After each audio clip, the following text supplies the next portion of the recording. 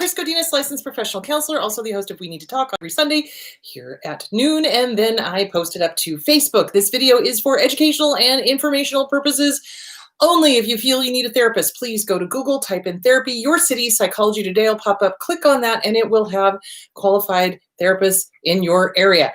The views and opinions stated herein are mine and mine alone. They do not represent the ACA, the APA, or any other damn therapist for that matter. Boom, shakalaka, done. Okay, today's topic is going to be pretty heavy and a lot of information. So I'm going to try to cover as much as I possibly can. Why is this stuck? Much as I possibly can. So getting some stuff, housekeeping out of the way. I love it that you guys ask me questions. That's great. If you could keep it really short, that would be awesome. Some things I'm not going to do videos on because they're either too way off topic or I've already done them not too long ago. So that's why that is. What else can I tell you? I've got my online store at chrisgodinez.com. These are great gifts. We've got the holiday seasons coming up. Yes, I am unashamedly doing this. So yeah, and these are like 20-ounce cups. These are big. So these are the big, nice big coffee mugs. Great for hot chocolate and coffee. All right. Okay. Susanna Quintana. So if you are outside of Arizona, Susanna Quintana at SusannaQuintana.com. John, if you could put up both the store and Susanna's link, that would be great. Okay. So where was I? Did that. Shahida's new book is out. It is fantastic. Unfortunately, I was in a rush this morning and I don't have all my books next to me. That is available on Amazon. It's really good. I really like it. It's got tons of, how-tos and journaling and things like that. So that is all fan-freaking-tastic. Okay, let's dive into this topic. So the question was body dysmorphic disorder and anorexia. So how, when, where, how, why, what's going on? So the body dysmorphic disorder falls into the OCD category. It's OCD and other, let's see if I can look this up here really quick. Obsessive compulsive and related disorders. So body dysmorphic falls into the obsessive compulsive and other related disorders category. The anorexia falls into eating disorders, but they're related. So, and I want to talk about why. So I think last year I did a video on how abusers use food specifically to control us. They either withhold the food or they shove food at us, one of the two. Food is always, it's always not just food. There's always an agenda with the food. And then they will turn around and then tell you that you're too fat or you're too thin or you're too this or too that or whatever. So we never get a clear vision of who we are in the world. So a healthy, normal parent, and this is really important, a healthy, quote unquote, bunny ears, normal parent is our mirror, and they mirror back to us what is real in our developing stages, right? Now, if we have parents that are disordered, that are abusive, that are neglectful, that are alcoholic or whatever, it's a funhouse mirror. It's not reality. It's their reality, which is sick and twisted, quite frankly. It's not real. It's their version of what reality is. And abusers use body image as well as food to control their targets. So they will tell perfectly healthy, normal children that they're too fat or that they're too thin or whatever. I mean, not even remotely mirroring back reality to the kid. And so the kid starts hearing this over and over and over again. And so then they try to go the other way, right? So like, let's say the parent goes, oh, you're too thin, you need to eat, right? So then the kid starts eating like crazy, trying to make the parent happy. And the next thing you know, the parent's like, you're fat. And I'm like, motherfucker. So yeah, that is what they do. And so then we get this weird idea of who we are, or they focus in on certain aspects of ourselves that they're jealous of. So, they'll tell the kid, oh, your nose is weird. Your nose is crooked. Your eyebrows are off. Your eyes are weird. Your mouth is, da, da, da, da. And so then the kid starts focusing in on these supposed flaws and starts comparing themselves to other people. And it all boils down to how the parent talks to them.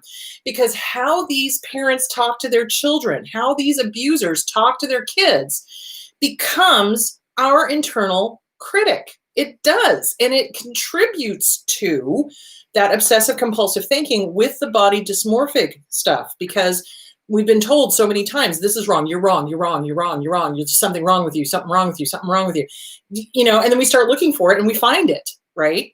So it goes back to the parents. If you had healthy, normal parents, they would never say things like that to you. They wouldn't say you're too fat, you're too thin, your nose is off, you're the da, da, da, da, da, da. They would say you're beautiful because you're their child, right?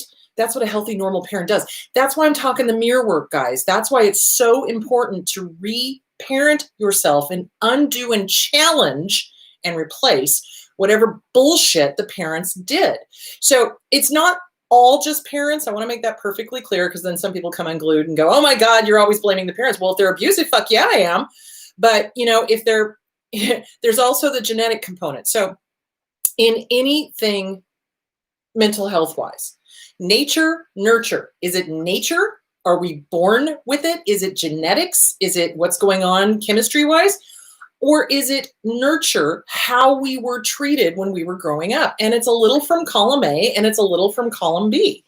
So, but if we had abusive parents that were tipping us over on the other side, then I would have to say it was nurture. You know what I'm saying? So, okay, let's talk. I want to give the definition of what body dysmorphic disorder is and what anorexia is, because they're in two different sections. So here's the diagnostic criteria. Preoccupation with one or more perceived defects or flaws in physical appearance that are not observable or appear slight to others. So what abusers do, they'll even do this. It's not even just parental abusers that do this. It's the lovers, it's the bosses, it's the anything. They'll pick on something and keep pointing it out and keep pointing it out and keep pointing it out, hoping that you're going to get so paranoid over it that it erodes your self-esteem. This is intentional. This is absolutely intentional. I'm sorry. Healthy, normal people don't go around pointing out other people's flaws, unless they're asked. It's like, hey, what can I do about my skin or whatever? That would be a little different. Like if you had acne or something and you wanted help with that and you're asking for help, that would be one thing. But these fuckers come up and to a person who has no skin issue and go, your skin's too red. Oh, your skin's too rough. Oh, your pores are too big, or whatever their bullshit is, because they want to erode your self-esteem. That's what it's all about. So, and they make us think that how we look is abnormal. And then we start obsessing on it. And then we start freaking out about it. And then we start looking in the mirror and going, oh my God, and oh my God, and oh my God, and it's not even real. And it's from that. Okay. At some point during the course of the disorder, this is criteria B. At some point during the course of the disorder, the individual has performed repetitive behaviors. For example, mirror checking, just like I talked about. Excessive grooming, excessive. So like, for me to get ready, it takes maybe 10, 15 minutes. I mean, seriously, it's like wash the hair, let it dry, throw in some makeup, good, I'm done, out. Okay. But with obsessive grooming, hours in front of the mirror, hours making sure everything is just perfect, because it has to be perfect. So again, remember, perfectionism comes from abusers. It comes from alcoholics. It comes from drug addict parents. It does. Because abusers, alcoholics, addicts, they have to have everybody around them be perfect all the time. Because if everybody around them is perfect, then that means they're perfect in their crazy magic thinking. So that's why we, as the adult children of alcoholics, drug addicts, abusers, whatever, that's why we grow up with this. It has to be perfect. Oh my God, I have to do everything. The hair has to be perfect. The face has to be perfect. This has to be perfect. And that has to be perfect. No, it doesn't. Good enough. I want y'all to start living in good enough. And let that perfectionism go. Now, it's going to feel really scary when you do. When you finally look in the mirror and you go, you know what? Good enough. I'm okay. good enough, and then walk out, there's going to be that internal critic going, oh, no, it needs to be perfect and you need to do that. Thank you for your input. Shut the fuck up. Why? Because I say so. You say so. I say so. It is good enough and it's okay. You know why? Because I fucking say so. Thanks for playing. Bye-bye. Go play in traffic. Bye-bye now. Bye-bye. So that's what you've got to do. And it comes from that perfectionism that we got from our abuser, from our parents, from our lover, from our boss, from, wherever. And they do this. This is part of their devalue and discard, is the perfectionism. Because nobody is perfect. Last perfect person walked on water 2,000 years ago, right? So it's like nobody's perfect. And so yet they demand perfection, from everybody. Everybody has to be perfect. And it's so easy for them to go, you're not perfect. You did this wrong. You're doing this wrong. You guys. Yeah, fuck that shit. So that's what they do. And that's why they do it, because it gives them a great excuse to pick on somebody and to build up their fragile sense of self by putting somebody else down and pointing out how not perfect they are. So perfectionism, yeah, absolutely. Grooming for hours and hours. Skin picking, reassurance seeking, or mental acts. For example, comparing his or her appearance with that of others in response to the appearance concerns. So constantly comparing. Do I look as good as they do? Is this okay? Are we okay? Is this okay? Do I look all right? So comparing is also what narcissists do to their targets. They will create a competition that does not exist. So for example, in a romantic situation, they'll constantly be eyeing the opposite sex, quite obviously. When you're with somebody, you don't, hey, baby, you don't do that. That's just bad manners. It is. But narcissists do that to instill fear and doubt in their target, and they're comparing. Oh, well, look at her legs. Oh, look at his legs. Oh, look at his abs. Oh, da-da-da-da-da. Compare so that you feel less than. Okay. And that's not cool. That is not cool. So, and then we internalize that, and then we start comparing ourselves to everybody else around us, and we constantly find ourselves wanting, and we're not. It's like I go back and I look at pictures of myself when I was like 8, 9, 10 years old. And this is when my dad really started with the whole, you're fat, you're fat, you're fat. Prior to that, it was, you're too thin, you're too thin, you're too thin, you're too thin. So I look back at pictures of me and I'm like, I wasn't too thin. When I was little, I wasn't too thin. I was normal. That's what kids look like, and then when I got older, it's like, no, I wasn't fat. I didn't start gaining weight until I hit like high school, because that's when he started in on his physical abuse. So, so it's like, it's amazing to me how these parents project all of their shit into their kid's head, and the kid believes it. So I believed for years that I was too thin, and then I was too fat, too this, too that. So remember, they live in this circle of too much, not enough, too much, not enough, too much, not enough. We're either too much for them or not enough for them, and it's crazy making, and they do it on purpose. So, okay. So that was criteria B. Okay. C. Preoccupation causes clinically significant distress or impairment in social, occupational, or other important areas of functioning. We get to the point where our self-esteem is absolutely zipped, zero, zilch, nada, goose egg, and we don't go out because we're afraid of being judged. But here's the thing, this damn judge is up here. It is up here, and it came from them. So we have to get rid of that judge, jury, and executioner. That judge, jury, and executioner, unfortunately, goes with us until we evict it, which is why it's really important. The letter writing is not just for writing about the abuser. Letter writing is not just writing about your ex. Letter writing is, okay, here are the dysfunctional thoughts. Here are the mistaken thoughts, the mistaken beliefs. Wow, I don't believe you anymore, mistaken thoughts, mistaken beliefs. Fuck you. Get out of my head. I'm not going to stop going out because you keep saying that I'm not good enough. Fuck off. I get to choose if I'm good enough, and I am. So fuck off. I'm going to go socialize. Socially safe distancing with a mask. But anyway, the point being is that, yeah, I'm not going to allow this to control whether I go out and see my friends, or whether I go out and socialize, or whether I go out in public, or whether, but this thing is constantly, and this is what you've got to work on, is that internal judge, jury, and executioner. I mean, it's bad. And it becomes obsessive because we've incorporated what our abuser has said to us. We've already got anxiety going on, and this thing, our amygdala, is trying to keep us safe. And it's going, okay, we got to listen to that. Okay, we got to listen to that. That's a threat. We got to listen to that. Thank you, amygdala. You are stupid 3-0. Stupid. Shut up. Do you see where I'm going with that? You literally have to put it down. You do not negotiate with terrorists. The little amygdala is being a terrorist. The internal dialogue is being a terrorist. It is. Because it's just spewing back all the crap that we heard from our parents or whoever told us this, our lover, our boss, or narcissistic friend, whatever. So there is that. Okay. So it will cause really impaired functioning in your world. Your world becomes smaller and smaller and smaller and smaller because we don't want to experience the judgment. So it's really about getting rid of that judge, jury, and executioner in here, writing letters to the abuser, not believing them anymore, kicking them out of your head, taking your power back. You have the power. These things do not. They think they do, but you've got to be tough with them and be like, nope, motherfucker, I'm not playing. Have a nice life. Go fuck yourself. Why?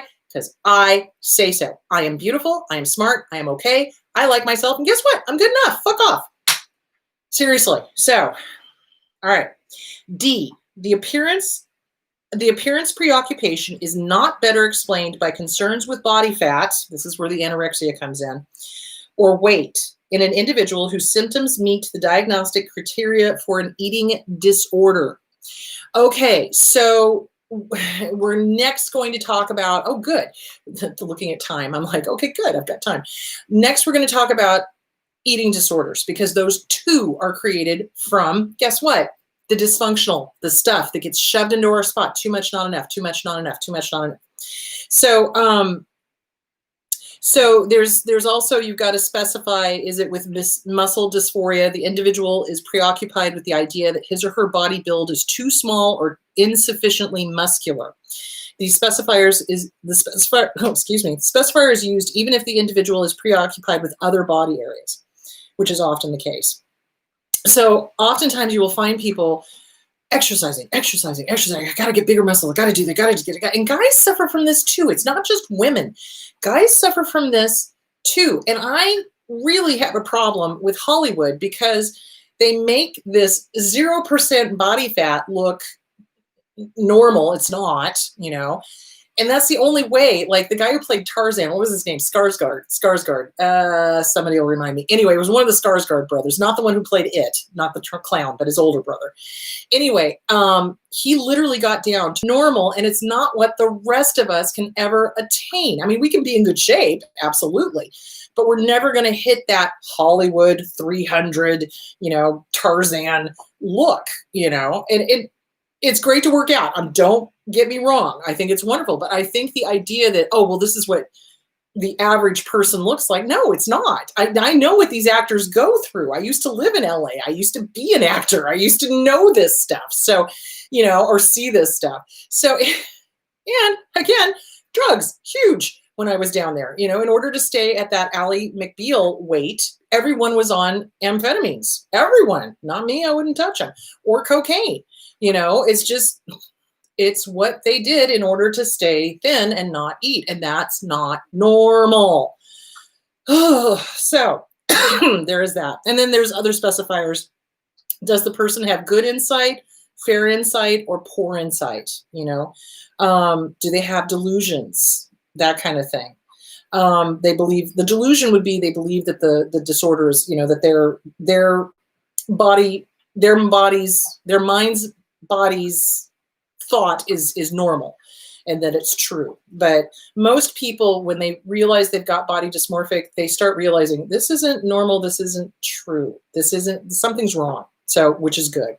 So anyway, so that is body dysmorphic disorder, and it's nature, nurture, okay?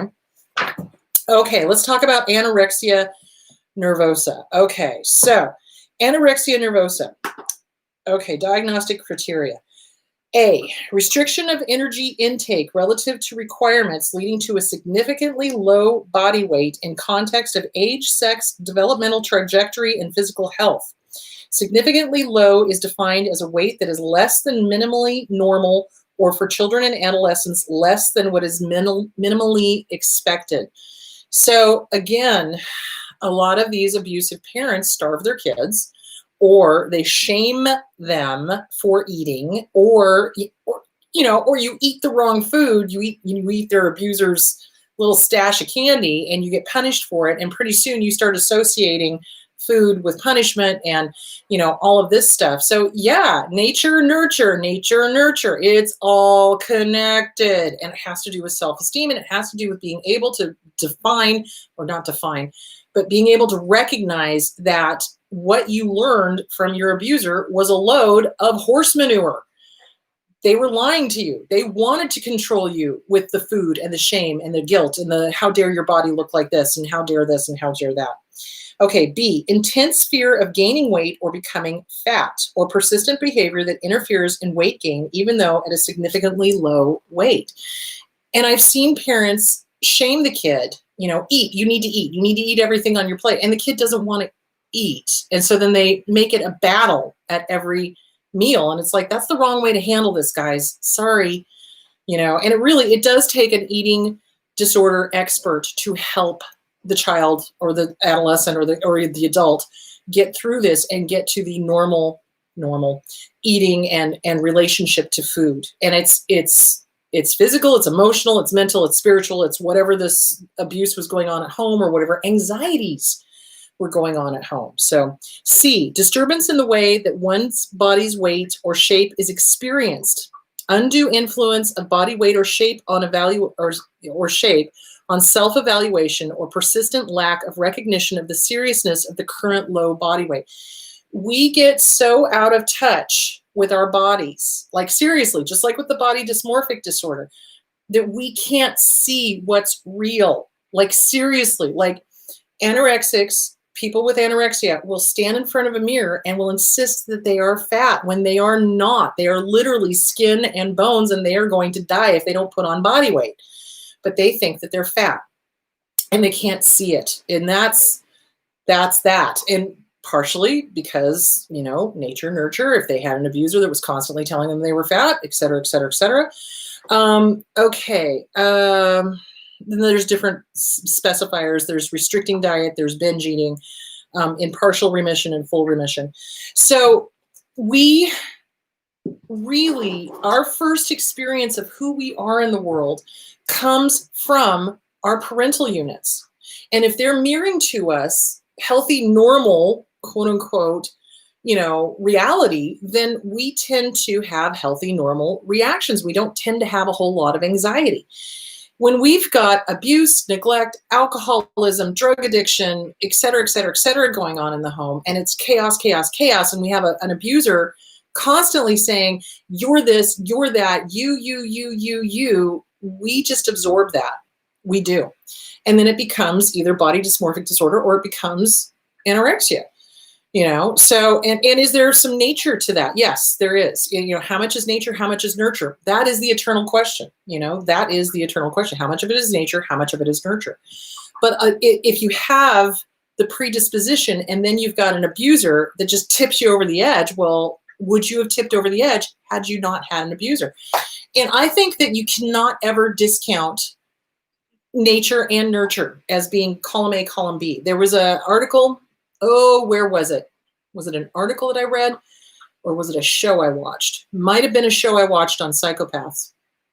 And the brain makeup of the guy was psychopathic, but he was a scientist, and he never had done anything that was, outside the law or whatever. Why? Because he had a family that was very loving, very kind, very moral, kept him on the right track. So I do think nature and nurture has a lot to do with how we end up expressing the anxiety or whatever is going on. So when we grow up in a chaotic family, one that is abusive, one that is neglectful, one that is alcoholic, one that is drug addicted, the kid absorbs all of this chaos. We do.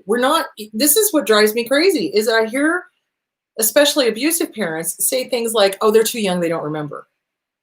I'm sorry, we have body memory. We do, all the way back, and if we don't remember cognitively, we are going to remember body-wise, and if we don't remember body-wise, we're going to remember cognitively eventually at some point. So, they say and do things in front of the child and expect them to somehow magically bounce back. Oh, kids bounce back. Oh, kids are Kids are what's the word I keep looking for? Kids are flexible. Kids are, oh, they'll heal. They're fine. They'll get, no, no. Oh my God. No, guys, no abuse in front of a child, period, ever. No chaos in front of a child, period, ever.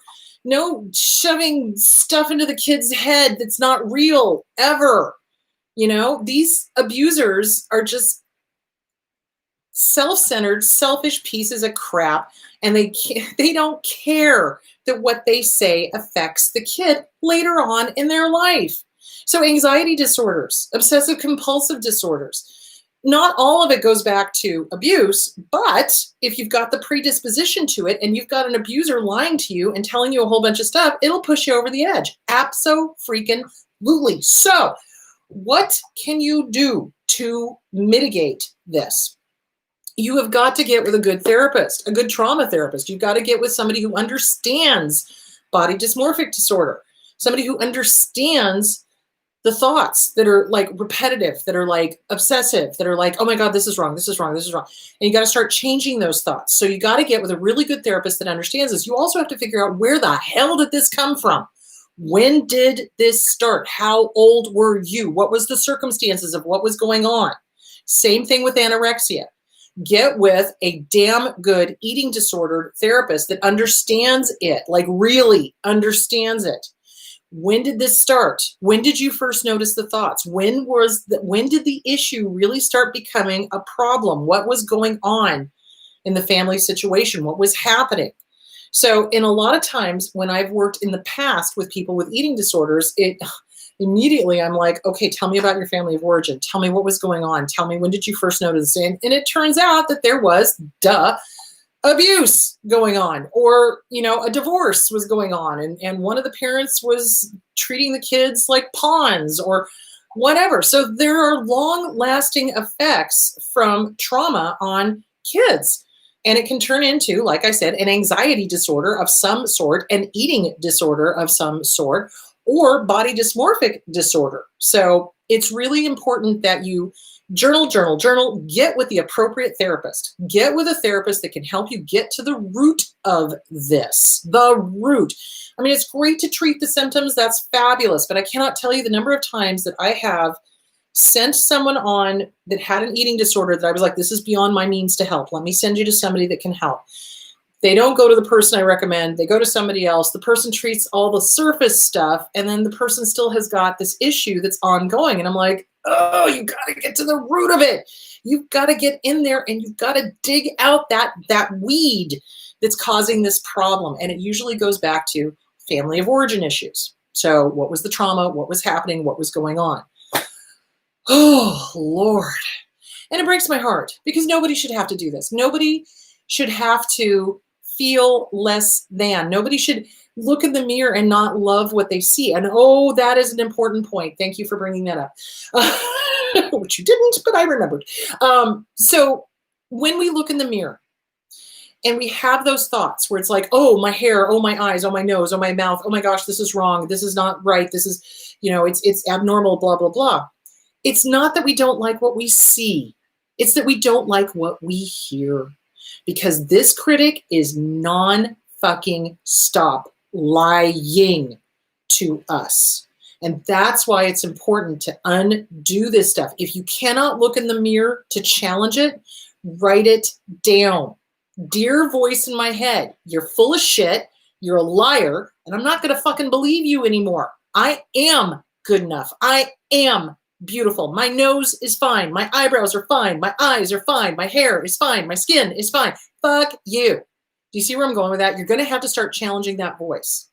Because it's like I said, when we look in the mirror, we don't go, ew, because of what we see. We go, ew, because of what this thing is saying to us.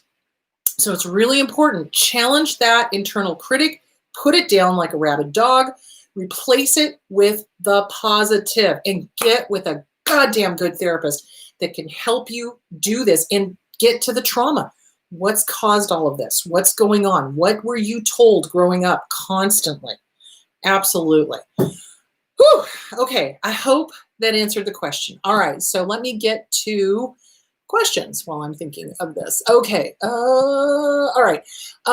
What is a good morning ritual to build self-esteem? I often feel anxious, shameful, or guilty as soon as I open my eyes. Wow. Okay. So first of all, we got to start working on getting rid of the shame and the guilt and the anxiety. So figure out, where did this come from? Who taught you to be shame-filled, guilty, and anxious? Who taught you that? And start working on that. Kids do not pop out of the womb feeling shame or feeling guilt or feeling anxious until some asshole adult teaches them to. Oh, God, don't get me started. Okay, deep breath. So, it's true. Somebody has taught us to feel this way. So you got to figure out, who is this person? Who taught you to feel this way? So something you can do in the morning is the gratitude thing. When I wake up, like literally as soon as my eyes open, the first thing I think of is a gratitude. And it can be anywhere from, oh, so glad I have 15 more minutes to snuggle with my husband. Yay! You know, it can be anywhere from that to, wow, I'm alive. I'm breathing. Made it. Woohoo! You know, I woke up. Huzzah! You know, gratitude, gratitude, gratitude, gratitude, gratitude, gratitude. It really does set your day off on a really good foot. So the shame and the guilt, I strongly suggest that you start working through who gave you that stuff. Who gave you that stuff? And you start challenging it. So you're going to do mirror work if you can. If you can look in the mirror, look in the mirror. If you can't, you're just going to, you know, do it out loud. So, oh my gosh, hey, hi, I'm up. Hi, me. How are you doing? Good to see you. It's great to be alive. Have a great day. You know why? Because you deserve to have a great day. It's okay. I give you permission. Have a wonderful day. And you know what? It's okay to like yourself, and it's okay to let go of shame and guilt. And then walk out and start your day. So you can either do that in front of the mirror, or you can just say it out loud. And a lot of us are like, oh my God, this is so embarrassing. I'm saying it out loud. Well, it's because some fucking asshole abuser taught us that it wasn't okay to talk to ourselves in a healthy, happy, whole way. So guess what? The best revenge is living well, giving him the middle finger, and you just speak kindly to you and do it daily. It has to become a habit. It has to become a routine. It has to become consistent. Consistent is what gets us to where we need to go. So that's that. And I would start working on, where's the shame coming from? Who taught you to feel shame? Who taught you to feel guilty? So remember, any relationship that causes fear, obligation, or guilt, okay? Toxic, totally toxic. Who is the toxic person in your life? Start working on that. Get with a good therapist. Get CPTSD from Surviving to Thriving. Start working that. Get the Catherine Taylor book, the Inner Child Workbook by Catherine Taylor. How old were you? When did this first start? When did you first notice it? That's what you want to work on. Okay. Question, is picking nails or toenails to the point of permanent damage a sign of abuse, or is it more of a compulsion? It could be a compulsion, and it depends on why you're doing it. That's really kind of the key. You know, it's like if somebody made you shameful about your toenails, then that might be abuse, but generally it's a compulsion. I notice that when people pick nails or chew on nails, it's a compulsion, but it could also come from anxiety. So people that chew their nails a lot, if you go back into their family of origin, there was abuse at some point. There was some trauma. There was something that happened, and it was a way to soothe themselves, you know, like, so you want to start looking at that. When did you start? Why did you start? What was going on? What was happening? What was, you know, when did you first notice you were doing this, and why did you start doing that? So, and again, if it's a problem and if it's coming down to damaging your toenails, get with a good therapist so you stop hurting yourself. You know, what is it? What's going on? What is this? What is this filling for you? What's the payoff? What's the payoff of you picking your toes to damage? Is it the pain? Is the pain doing something for you? Is it letting you know you're alive? What's going on? So you're going to have to get with a good therapist and really work this through. Okay, I recently realized that I use food to stuff my feelings. Oh, raise your hand. Right here. Right. Oh, yeah. Oh, hell yeah. That's what we do. So you're not alone. There's so many of us that have done that.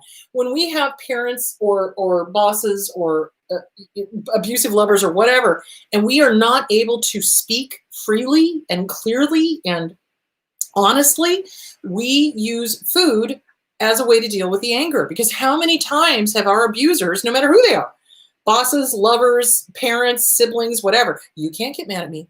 Don't you dare get mad at me. I'll give you something to be mad about. I'll give you something to cry about. How many times have they pulled that shit? You know? And so then we leave from that interaction and we're like, and we start eating because we're angry. And we're shutting it down because we can't express it. So this is common. This is common. I did a video on how food is used against us. And I think I talked about it in that video. But yeah, so it's much better to process your feelings. It really is. We use food for so many different things. We use it to comfort ourselves, which is also not a good thing. We use it to shove emotions down or away so that we're numb, so that we're not feeling them. Because when we eat, think about it this way. When we eat, it releases all of the feel-good chemicals, you know, the endorphins, dopamine, serotonins, norepinephrines, et cetera, et cetera, et cetera. That's how we know we've had a good meal. You know, it's like, woo, that was good, you know? So we do that to soothe ourselves, but that's not a healthy way of doing it, because then we end up overeating as a way to keep ourselves safe, or as a way to feel soothed, or, you know, to keep an abuser away, or whatever. So this is common. What are some ways to talk to yourself so you can process your feelings and not stuff them down with food? So the first thing to do is you've got to recognize, what are you feeling? What is the feeling when you want to go, what is going on? What feeling are you feeling? So you can go to the internet and there is feeling charts, okay? And they have little happy, sad, angry, whatever faces, you know, and then you figure out, what am I feeling? What am I trying to eat away? What am I trying to make go away? What emotion is happening? So it's really important to validate and acknowledge your emotions. So remember, anything that we resist, pink elephant in the corner of the living room taking a shit. Oh my God, I'm not thinking about the pink elephant. I'm going to resist it. Not thinking about it. I'm not thinking about the pink. I'm not thinking about the pink. I'm not, what the fuck am I thinking about the whole time? The pink elephant. So the emotion doesn't go away. It's still there, but we're just like, I'm going to shove it under the rug with all this food. Nope. You got to face it. You've got to figure out, what are you feeling? Why are you feeling it? When did you start feeling it? And give yourself permission to feel it. Looking in the mirror. Hi, good to see you. You know what? Emotions are okay. Even the scary ones, even anger, even sadness, even fear, all of them are okay. It's what we do with them that makes them helpful or hurtful. It's okay. And then walk out. Because we're never given permission to have our emotions. Why? Because abusers don't know how to deal with real emotions. That's why they get angry when we're sad and crying. That's why they punish us when we cry. I'll give you something to cry about, that bullshit. Or when we're happy, they piss on our fucking campfire because they can't stand that we have emotions that they don't understand and they can't feel because they have no empathy. So yeah, that's why they do what they do. And then it causes us, as we grow up, to go, I wouldn't recognize an emotion if it walked up and did the Watusi with me. What the fuck? You know, and then it's hard for us to process because we've never been allowed to process. So give yourself permission. It is okay for me to feel.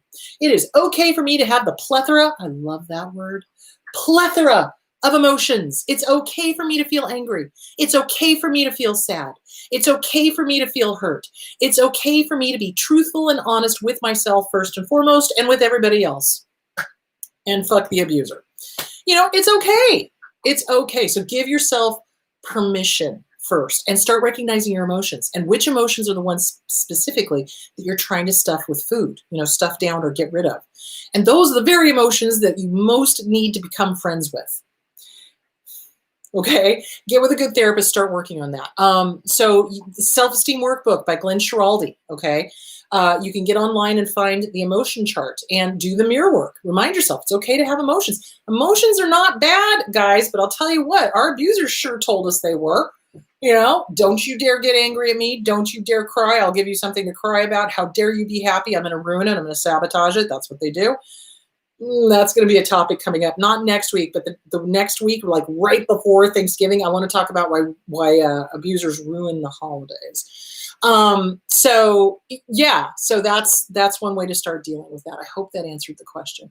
Why are narcs so obsessed with weight? Oh, yeah, seriously.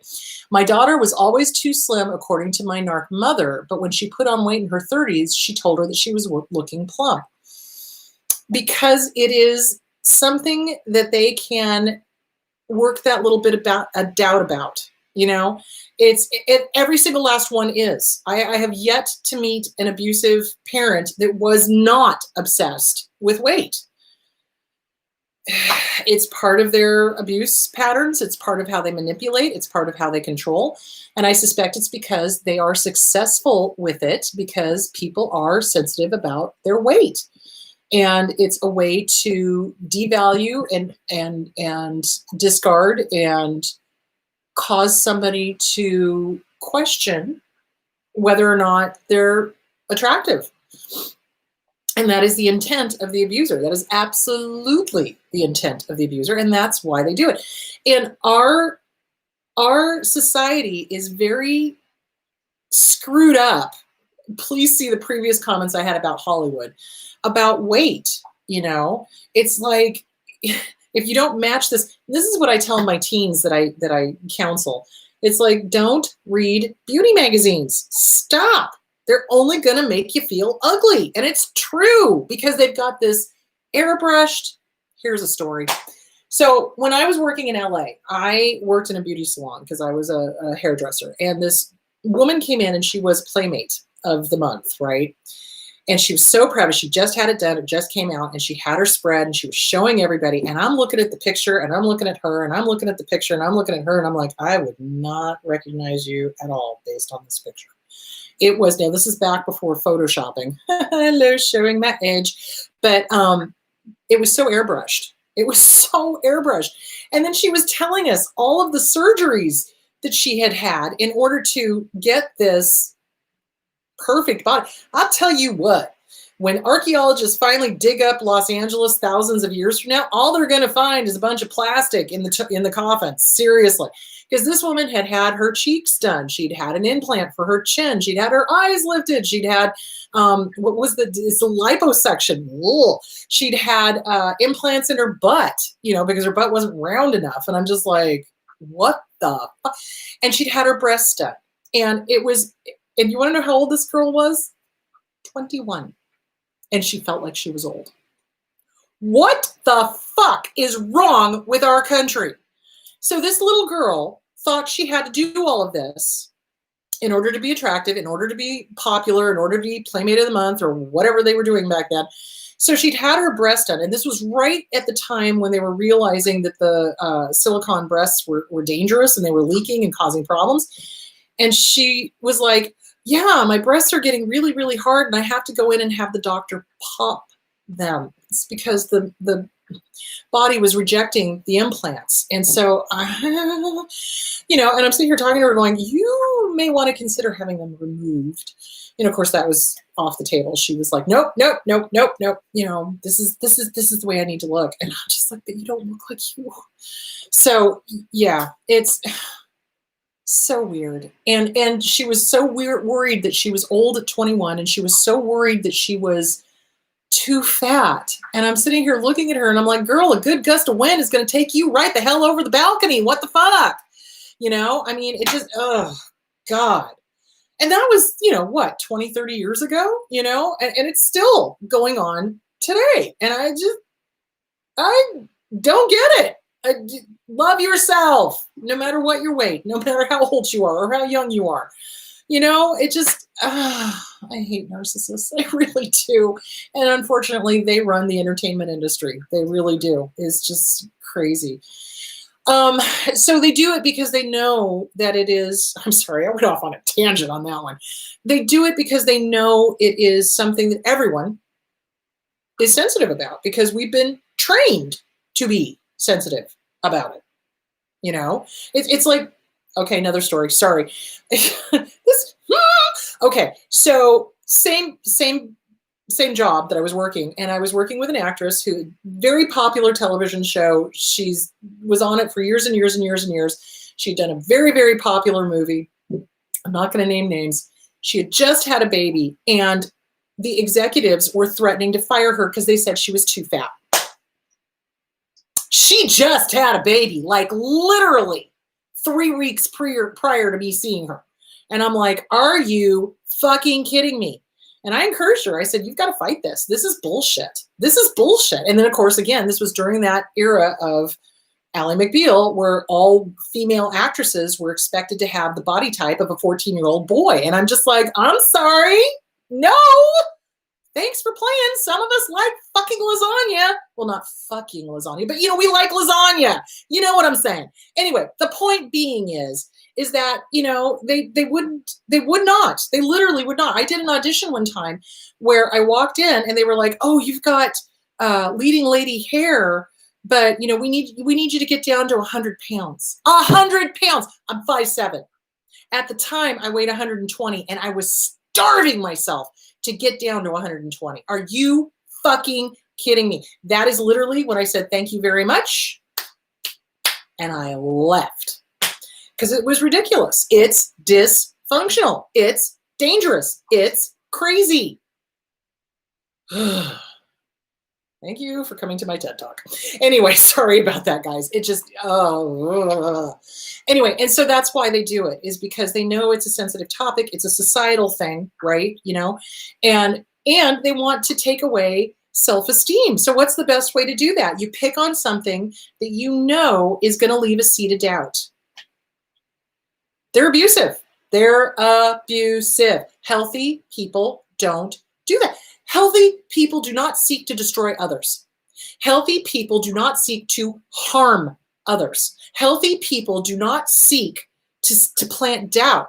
What a healthy person does is, damn, girl, you're looking good. It's good to see you. That's what a healthy person does. Okay, sorry. Hope that answered the question. Whew. All right. Weight loss surgery. I got weight loss surgery because I thought it would make one of my parents love me more. Oh, bunny. Oh, bunny. How can I deal with leftover resentment towards them now? Okay. So what I would suggest is writing and burning a letter. Writing and burning, writing and burning, writing and burning. Anything you do, even weight loss surgery, you do it for you. If you're going to do it for you. Don't do it for anybody else. And here's the thing. So, God, another huge topic. Here we go. All right. When I was in LA, that was very popular to get the stomach bypass and all of this stuff. And then they started realizing that people were gaining the weight, again, hugely, that's not even a word, more after they were done, like a year later, they put on all of the weight because they never addressed why is the person overeating. They never addressed what is the underlying cause of the overeating. Was there abuse going on? Was there this going on? Was there that going on? So it's really important to address what was causing, and it sounds to me like it might possibly be the parent, the overeating. So to make sure that the weight does not come back on, okay? So whatever we do, whether it's plastic surgery, and I'm all for plastic surgery if it's going to help with your self-esteem in that, say, for example, you had cancer and you need reconstructive breast surgery. Great, do it, Or if there is really truly something that's bothering, really truly, not like body dysmorphic, okay? And this is where the danger comes in. You want to make sure that you're doing it for the right reasons. And you want to make sure that you're doing it for you. And you also want to make sure that you're not getting obsessed with plastic surgery. Have you seen those pictures of the woman that turned herself into a cat? What the actual fuck? Sorry. Whew, God. Anyway, so, you do it for you. You don't do it for anybody else. You do it for you. And if we have ended up doing it for somebody else and we have resentment, that's when you write and burn. And you want to work on, okay, what caused the weight gain in the first place? What was the eating all about? What was the emotional eating about? What was going on? What was happening? How can we self-esteem, self-esteem, self-esteem, self-esteem, and putting the blame, shame, and guilt back on the appropriate person? So I would say, write it out. Write it out. Why did you feel you needed to get surgery because of this parent? How did they lie to you? What did they say to you?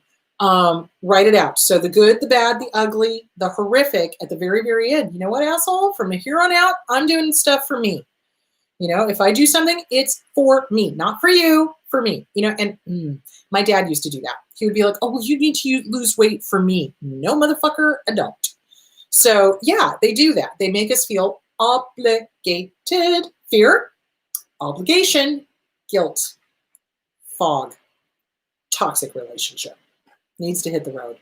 So yeah, that's how I would deal with the resentment, is write and burn, write and burn, write and burn. And I would work out where all of this came from. So get the CPTSD book, get the inner child workbook, start working those two, get with a good therapist, start figuring out, where did this start happening? When did this become an issue? What were you trying to eat away? What was going on? Why did this parent feel the need to push this on you? Abuse, et cetera, et cetera, et cetera. So that's what I would do. Okay. What's your advice when someone says your child has a belly? My child is healthy, and they don't say it in front of her, but to me, I want to stop them in their tracks. Ooh. So why are they telling you that? So I would say, first of all, how are they other than that? Is this just a little quirk of theirs, or is this something bigger? Hang on a second. I'm sorry. Allergies are really bad today. I don't know what's going on. It's like we have all these windstorms coming in. We haven't really had any rain. So it's like all of the pollen is just doing their Watusi without us. Oh my God. So I would want to know who this person is to you. And how do they react around you on other issues? Are they covert on other issues? Are they snarky on other issues? That's interesting. I wonder what their agenda is. What is their agenda? What is their agenda? I don't know that you can stop them in their tracks. What you could do is you could just look at her and go, you know what? My child is healthy and normal, and this is normal, and I don't want to hear it anymore, period. And then if they bring it up again, you're dealing with somebody that is not one of your people. And there's an agenda. There's some reason why this person is doing this. So I would say you let them know, hey, my kid is healthy, doctors, no concern, so neither should you. And I don't want to hear it again, period. And then if she goes, oh, or he, I don't know if it's a he or a she, oh, well, this is a sensitive topic. And then they bring it up again. Now you're dealing with somebody who has got an agenda. So that would be my suggestion for that. Why is only one child sexually abused in an abusive family, but not the others? Because it depends. It depends. So either they pick, like, one kid's the scapegoat, like that in their minds, this is the one that they can get away with abusing. Okay. And this happens a lot, guys. This happens a lot, where one kid is picked on as far as sexually speaking is concerned, and the rest are left alone, which then leaves that kid growing up going, what the fuck did I do to deserve this? Hang on. Sorry. And it depends on the dynamics of the family. It depends on how the other kids are, if they're likely to tell on the abuser, if the one that was picked on would not tell on the abuser. I mean, there's all these different things. It depends on the fucked up dysfunctionality of the abusive family. And this does happen. And it really messes with the kid's mind, because then the kid is like, why me? Why me? Why didn't you pick on, my older sister or my older brother or whatever? And who knows what goes on in the minds of abusers? They're crazy. They're crazy. And they've got an agenda. And sometimes it's because they know the child is going to be compliant. They know that the child is not going to say anything or be believed or whatever, and the others might. It's hard to say, but it's not ever the child's fault. Ever. It is the abuser's fault. So if that happened in the family, in your family, I would seriously get with a good trauma therapist, and I would start working on that and put the blame, the shame, the guilt, everything else back onto the abuser where it belongs. Absolutely. Hang on. Let's see what else we got. Do narcissists also make you feel bad for wanting to look good? Yes. Oh my God. So a narcissist doesn't want you to have self-esteem in any way, shape, or form. So if you get dressed up to go out, or if you're working out at a gym, this goes for men and women. It's like, abusers can be male or female, it doesn't matter. And you're starting to look good and you're starting to feel good. Well, they can't have that because they don't like themselves. So how dare you like yourself? So they will absolutely sabotage. Well, you're going to meet somebody. Well, you're going to do that. You're going to the gym to meet so-and-so. You're dressing up and looking good so you can go pick up guys when you're out with your girlfriends. That's a common one. Yeah. So, they do that. Yeah. And then they'll use the whole, she must be vain for putting on makeup or getting plastic surgery. Yeah, because they can't stand somebody liking themselves, and they can't stand somebody enjoying their own company, and they can't stand somebody feeling good about themselves. Narcissists never feel good about themselves. They don't, because they constantly need other esteem.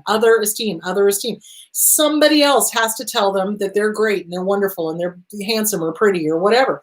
And so when somebody puts on makeup and looks good and feels it, they get jealous. Because they can't stand it that somebody else can feel something that they themselves cannot. And notice how judgy that statement is. She must be vain for putting on makeup or getting plastic surgery. No, it's for them. If it makes the person feel good, that's great. As long as it's not that, I'm going to get plastic surgery to the point where I look like a Siamese cat, then it's okay. So yeah, that is why they do that, because they can't stand anybody liking themselves, enjoying themselves, having fun, feeling good about themselves, or the possibility that their mate, the narcissist can't stand the possibility that their mate is going to get recognized and, for, hey, she looks good. Hey, he looks good. They can't stand that because they have to have all the attention. Okay, guys, I am starting to lose my voice and I'm all clogged up. So next week, let's talk more about Hoovers, but what I want to talk about is, why do we sabotage ourselves? Why do we start walking down memory lane and missing our abuser? Why do we do that? Well, we're going to talk about that next week. And we're also going to talk about how to stop that when that starts. So we're going to talk about self-sabotage. We're going to talk about how not to fall for the Hoovers. Why do we start missing them? Why do we start wishing they were around, et cetera, et cetera, et cetera? We are in the middle of Hoover season, guys. So between now and Valentine's Day, you've got to be on your guard, because this is when you're going to, also wave 2 of the pandemic. So you're going to be getting the pandemic Hoover. You're going to be getting the holiday season Hoover. Oh, it's Christmas. We need to get back together. Fuck no, bitch. So do you see where I'm going with that? So be aware of all of that. All right, guys, you guys go be awesome. Have a wonderful week. Be good to yourselves. Be good to each other. There it is. Okay, I will talk to you next week. We will talk about self-sabotage and how to stop that. All right, be good. Bye.